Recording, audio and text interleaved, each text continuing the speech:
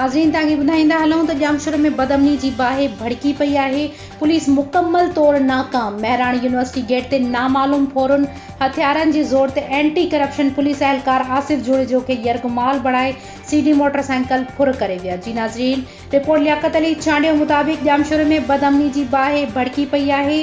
Police मुकम्मल तौर नाकाम। महराणी यूनिवर्सिटी गेट ते नामालूम फोरन हथियारनि जे ज़ोर ते एंटी करप्शन पुलिस एहलकार आसिफ जुड़ेजो खे यरगमाल बणाए सीडी मोटरसाइकिल फुर करे विया। जॾहिं त Sindh university youth hostel Indus highway road ते ॿिनि शागिर्दनि शाज़ेब सूमरो राशिद ओठो खे पिण फोरन हथियारनि जे ज़ोर ते यरगमाल बणाए 2 मोबाइल फोन 10,000 रोक रक़म फुर करे फरार थी विया।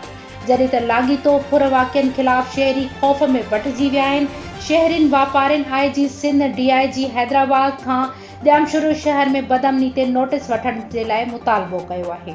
ॿी तरफ़ जामशोर डिस्ट्रिक्ट प्रेस क्लब आॾो शहरी एक्शन कमेटी जे तरफ़ खां धरणो हयो वियो आहे। नाअहल एसएचओ खे हटाइण जे लाइ मुतालबो कयो वियो आहे।